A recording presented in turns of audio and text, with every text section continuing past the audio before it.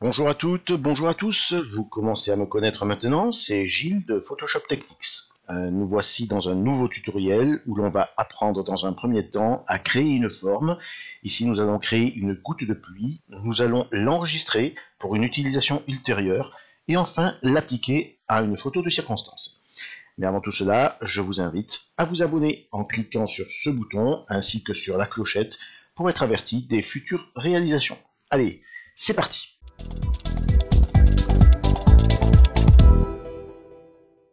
Nous allons dans Fichier nouveau pour créer un canevas de 2000 pixels de large et 5000 pixels en hauteur. Alors pourquoi ces dimensions?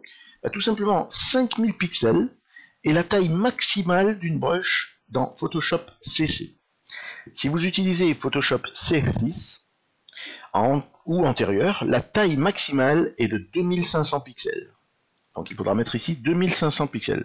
Ici nous sommes dans Photoshop CC, donc nous utilisons 5000. Et pourquoi 2000? Tout simplement, nous n'avons pas besoin d'une largeur excessive pour créer une goutte de pluie. On clique sur Créer. Nous prenons une brosse de couleur noire avec une taille de 300 pixels et une dureté de 90. On crée un nouveau calque. On clique au milieu de la largeur de ce calque en maintenant le bouton de la souris enfoncé. On appuie sur Shift pour obliger Photoshop à dessiner une ligne droite et tout en gardant Shift appuyé, on trace la ligne en repassant plusieurs fois pour bien marquer les contours. Une goutte étant légèrement plus renflée dans sa partie inférieure, on va légèrement la modifier pour lui donner une forme plus réelle. On appuie donc sur CTRL-T pour la transformation. Un cadre apparaît à l'écran et entoure la forme pour la modifier. Ce cadre est entouré de poignées. Ces poignées permettent d'agir en fonction de ce que l'on va choisir comme transformation. Nous faisons un clic droit, et nous choisissons Déformation.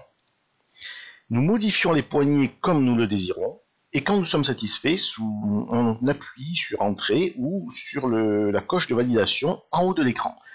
Donc là, on va légèrement renfler la partie inférieure, avec le corps légèrement également, en laissant, voilà, à la limite, voilà, et puis là également, on va diminuer la partie ici, voilà.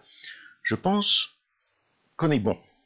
Nous allons enregistrer cette forme en tant que brosse utilisable. Pour cela, Édition, Définir une forme prédéfinie, on va l'appeler pluie. Et immédiatement, nous voyons que notre curseur s'est transformé sous la forme de ce que nous venons d'enregistrer. Mais il ne s'agit que, pour l'instant, d'un simple pinceau, car si je crée un calque au-dessus, et que je dessine avec cette forme,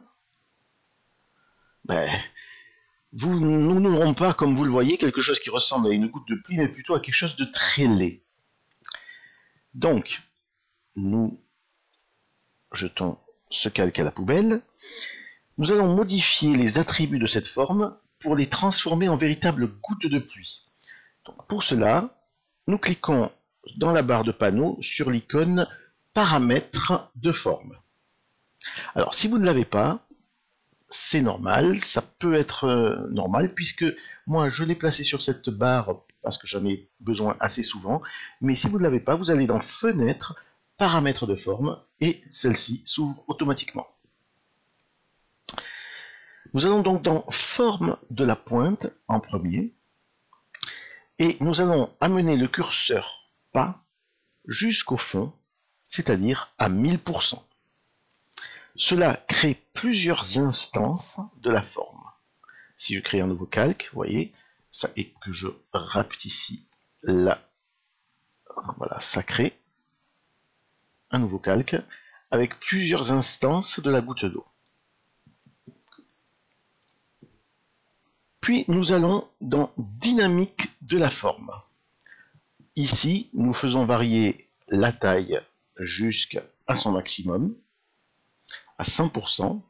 Puis nous partons sur diffusion. La diffusion à 1000 et le nombre sur 2.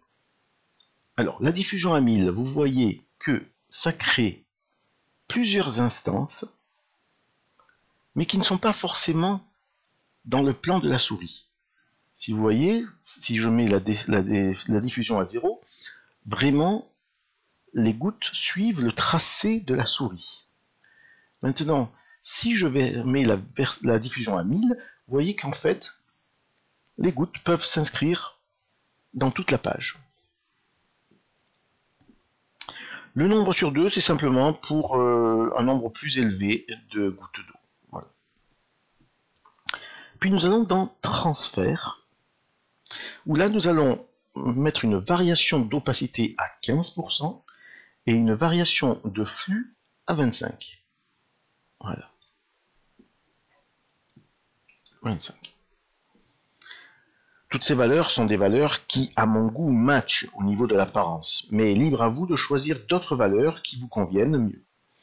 Il est important de jouer avec les curseurs pour découvrir de nouvelles perspectives.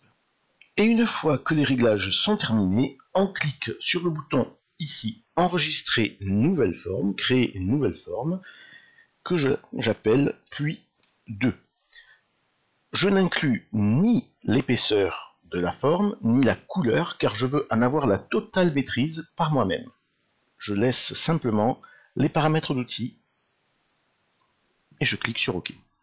Alors, pour l'instant, ce n'est qu'une goutte noire, mais nous allons l'utiliser sur cette photo.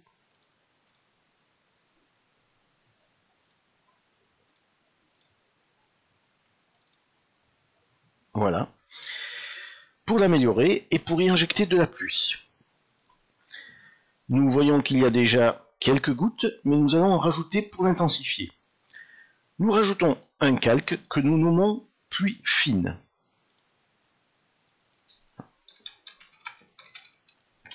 Voilà. Pour la partie haute, où la pluie est visible sur une partie sombre, on va échantillonner la couleur avec la pipette sur une goutte déjà existante. Voilà. Ici. Voilà. Mais on va également l'affiner.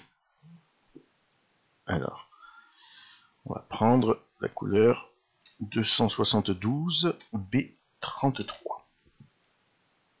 Voilà, c'est-à-dire une couleur légèrement plus claire.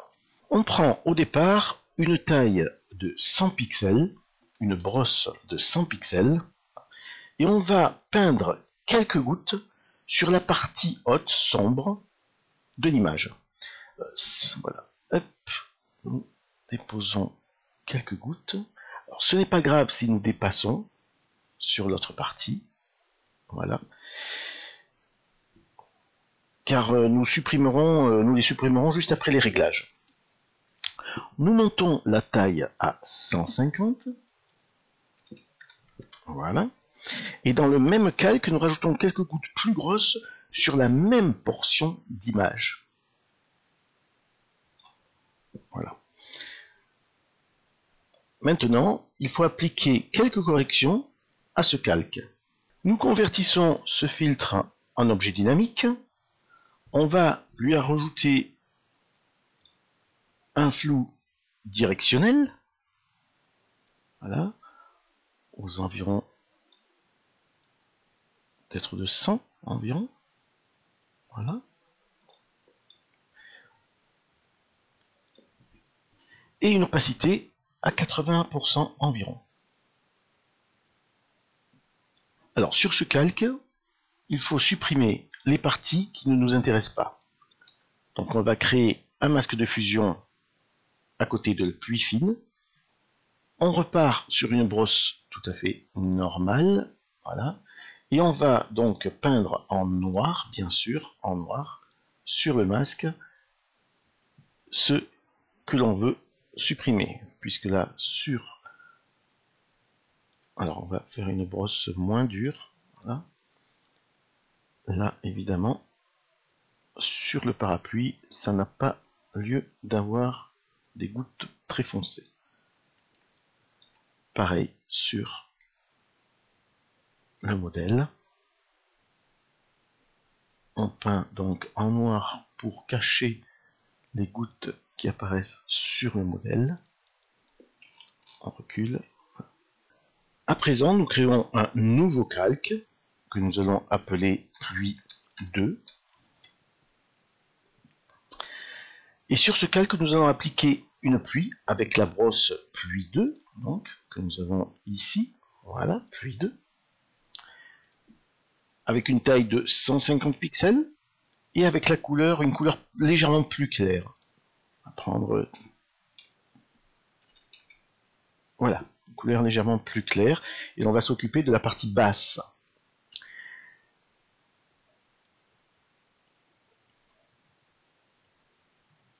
Voilà. Une fois que cela fait, donc nous appliquons les mêmes réglages, c'est-à-dire objet dynamique, voilà, un flou directionnel de 150 environ, de 150, c'est vous qui le déterminez hein, en fonction, voilà, ok, peut-être un petit flou gaussien, alors, peut-être un petit flou gaussien, voilà, et par contre une opacité légèrement inférieure, voilà, 70, voilà. Au-dessus, nous allons créer un nouveau calque que nous appellerons grosse goutte.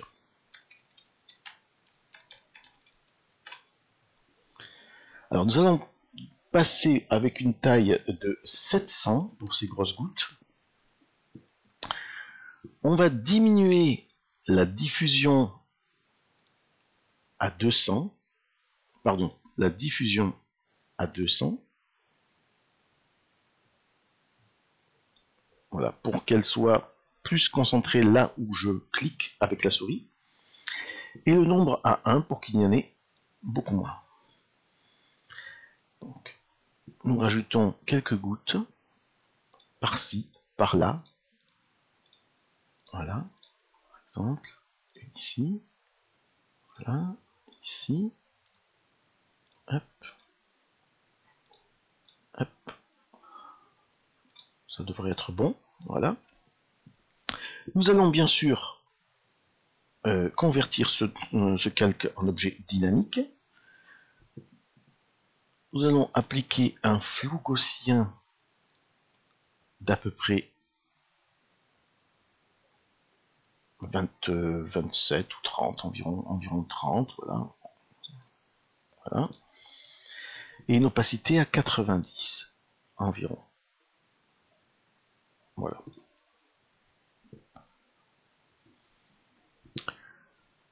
Je suis moyennement satisfait de l'emplacement des gouttes. Ce que je vais faire, c'est que je crée un masque. Je prends la brosse et avec le noir, je vais supprimer quelques gouttes qui, pour moi, sont mal placées. Voilà, tout simplement. Alors, à présent, nous voulons regrouper les trois calques de pluie pour n'en faire qu'un seul. Nous cliquons donc sur le premier. Nous shift-cliquons sur le dernier. Cela les sélectionne tous les trois. Et on les réunit dans un seul groupe en faisant CTRL-G. Et nous nommons ce groupe pluie. On pourra enfin, et j'en terminerai ici, on pourrait enfin penser qu'il y a du vent qui vient d'un côté. Donc, avec un CTRL-T sur le cadre, sur le groupe, on agrandit le cadre, voilà, et on donne une légère rotation à la pluie. On agrandit afin d'englober la totalité de l'image. Voilà. On donne une légère rotation, on clique sur la coche, et c'est fait. Alors, je m'aperçois que j'ai oublié de supprimer de la pluie dans ce calque-là, celle qui se trouve sur le trottoir, qui est foncée, qui n'a pas lieu d'être. Donc je reprends le masque et avec la brosse, je supprime. Maintenant, il se peut que vous trouviez la pluie pas assez claire à votre goût. On fait un clic droit sur le groupe, on le convertit en objet dynamique et on lui applique un filtre caméra raw qui va éclaircir la pluie. Donc environ, on met une température légèrement plus bleutée, une expo légèrement plus haute, 0,40, donc clair légèrement, et une correction de voile négative afin d'alléger l'ensemble. Nous regardons ce que cela donne. Voilà. C'est peut-être un peu fort, donc le filtre caméra raw, nous pouvons également le diminuer en intensité en double-cliquant sur son icône ici et en diminuant l'opacité d'environ 50%. Voilà, si on fait l'aperçu avant-après, voilà. Voilà, ce tuto est à présent terminé. N'oubliez pas de me dire ce que vous en pensez dans les commentaires, de me mettre un petit pouce si celui-ci vous a plu, et nous, on se retrouve pour de nouvelles aventures artistiques. A bientôt, salut!